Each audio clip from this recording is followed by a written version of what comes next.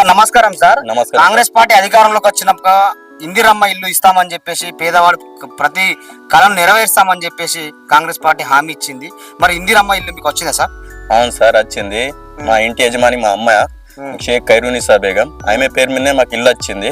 మళ్ళీ ఒకటి ఏంటంటే కాంగ్రెస్ పార్టీ అన్న మాట నిలబెట్టుకున్నది. ఇగో ఏడాది లోపట్నే వాళ్ళు స్కీమ్ చాలు చేసేసారు. వాళ్ళు చెప్పిన స్కీమ్ లోనే మేము ఇల్లు చాలు చేస్తున్నాం. ఇప్పుడు ఈ ఇల్లు ఇందిరమ్మ ఇల్లుదే, మా అమ్మ పేరు మీద వచ్చింది. మేము స్టార్ట్ చేస్తున్నాం. మళ్ళీ ఒకటి ఏంటంటే సార్, మేము ఇప్పుడు ఒక 15 ఏళ్ళు గుడిసెలు ఉన్నాం.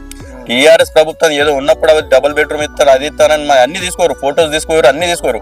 అందులో ఒక పేరు వచ్చింది లేదు, వాళ్ళు ఒకటి ఇచ్చింది లేదు. మా కాళ్ళ తరపు నుంచి ఏ సాయం కాలే. ఇది ఏదైతే నిలబడ్డ ప్లాట్ ఏదైతే తాగుందో, కాంగ్రెస్ ఇందిరమ్మ ఇల్లు వచ్చినప్పుడు అది భూమి జాగిచ్చినప్పుడు అప్పటి ప్లాట్లని ఇప్పుడు కడుతున్నాం మేము ఇల్లు. మళ్ళీ ఒకటి ఇప్పుడు నా కొడుకు కొట్టి 10 ఏళ్ళ వాడు కూడా అంటున్నాను ఎన్ని రోజులు గుడిసెలు ఉంటామన్నాడు. వాడు కూడా సంతోషపడ్డాడు. నా కొడుకు కూడా ఇప్పుడు ఇల్లు కడుతున్నామంటే వాడు ప్రతిరోజు స్కూల్ పోయేటప్పుడు వచ్చేటప్పుడు చూసి సంతోషపడుతున్నాడు. ఈ ఇల్లు కడుతున్నాం చేస్తున్నాం అని చెప్పేసి. మీ పుణ్యమా అంటారు రేవంత్ అన్న, మీరు ఇలాగే పని చేసుకుంటే ఇల్లుర్రి.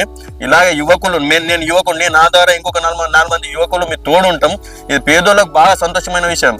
ఇన్ని రోజులు వాళ్ళ కళ నెరవేరినాయి. ఇన్ని రోజుల నుంచి 10 ఏళ్ల నుంచి వాళ్ళ కళ అనేది నెరవేరింది. ఇప్పుడు సంతోషంగా ఉన్నారు. ఇప్పుడు మా ఊర్లో 89 వచ్చినాయి. ఇప్పుడు 89 ఇండ్లు వచ్చినాయి. వాళ్ళందరూ సంతోషంగా ఉన్నారు. అందరు కట్టుకుంటారు కూడా, పనులు కూడా స్టార్ట్ అయినాయి. బేస్మెంట్లు కూడా కంప్లీట్ చేస్తున్నారు వాళ్ళు.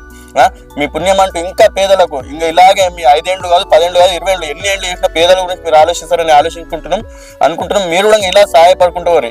ఇప్పుడు సన్న బియ్యం, నిన్న మా ఊర్లో సన్న బియ్యం పోసారు అందరికి. వాళ్ళు కూడా సంతోషంగా ఉన్నారు. ఇన్ని రోజులు దొడ్డు బియ్యం పోసారు. టీఆర్ఎస్ హయాంలో దొడ్డు బియ్యం వస్తే వాళ్ళు తీసుకొని అమ్ముకొని సన్న బియ్యం కొనుకొచ్చుకొని అడుగున్నారు వాళ్ళు.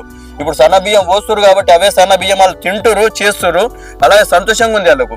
ఇలాగే సన్న బియ్యం ఇచ్చుకుంటారు. మీరు ఏదైతే అనుకుంటారో ఆ పనులన్నీ సక్సెస్ఫుల్ గా చేయరు సార్. మీ ఎంబట మేము ఉన్నాం.